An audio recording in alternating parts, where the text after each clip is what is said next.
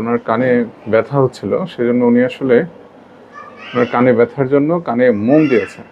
মোম গলিয়ে তারপর মোম দিয়েছে। এই যে এটা হচ্ছে মোম, দেখতে পাচ্ছেন? এই যে সাদাটা, হ্যাঁ। এরকম অনেকেরই অভ্যাস থাকে যে কানে কিছু দিয়ে ব্যথা কমানোর। এগুলো হচ্ছে একটা ভ্রান্ত ধারণা। কানের ব্যথা ইনফেকশনের কারণে হতে পারে। এখন মোম গলে ভেতরে গিয়ে শক্ত হয়ে গেছে।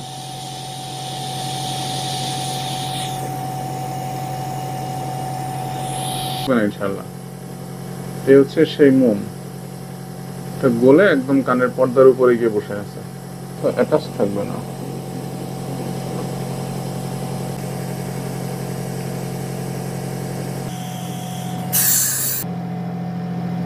এই হচ্ছে সেই মোম, এটাকে এখন দুইটা টুকরা করে তারপরে আনা হচ্ছে।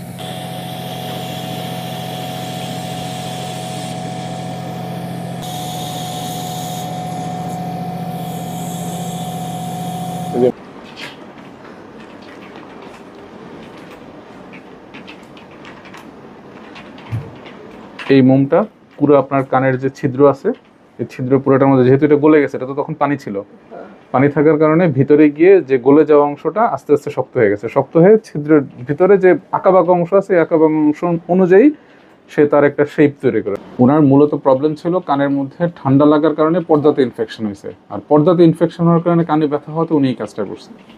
এই কাজগুলো কখনো করবেন না। এই কাজগুলো করলে যেটা প্রবলেম হয়, যেমন এখন আমি যে কাজটা করলাম, কানের ভেতর থেকে জিনিসটা বের করলাম, এই ধরনের ময়লা কিংবা কোনো ধরনের এক্সট্রা জিনিস যেগুলো বাইরে থেকে কানে যায়, সেগুলো বের করার সময় কানের পর্দা ক্ষতিগ্রস্ত হতে পারে, কানের পর্দাটা ফুটা হয়ে যাওয়ার সম্ভাবনা থাকে।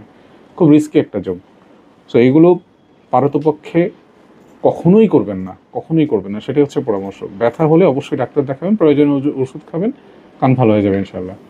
আরবার করবেন? আর করবেন না? আরেকবার এটা কানে